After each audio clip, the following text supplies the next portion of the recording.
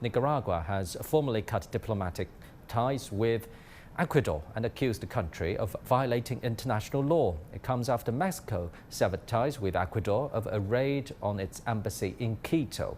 On Friday, Ecuador's authorities deployed security forces to the Mexican embassy and seized former President Jorge Glas, who has been granted political asylum there.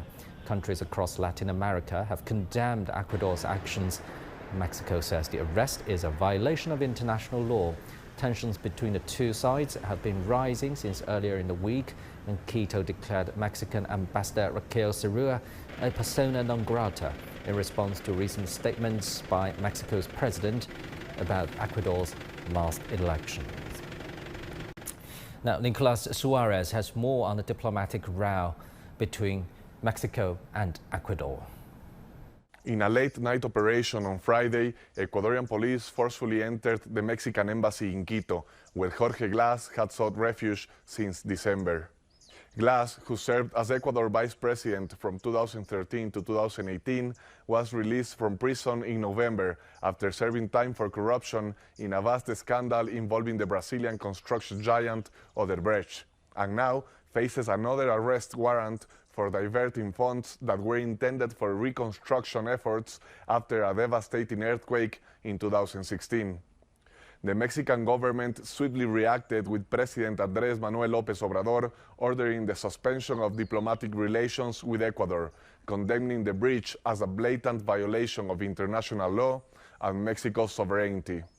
Mexico's Foreign Secretary says the country will file an appeal at the International Court of Justice. A day earlier, tensions between the two countries escalated after Obrador commented on last year's elections won by current Ecuadorian President Daniel Noboa, a statement that Ecuador called very unfortunate.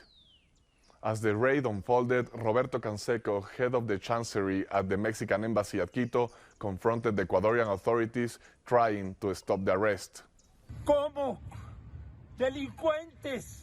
How is that the criminals raided the Mexican embassy in Ecuador? This is not possible. It can't be. It's madness. Ecuador's presidency confirmed Glas's detention, alleging that the Mexican embassy had abused diplomatic privileges by protecting a convicted criminal.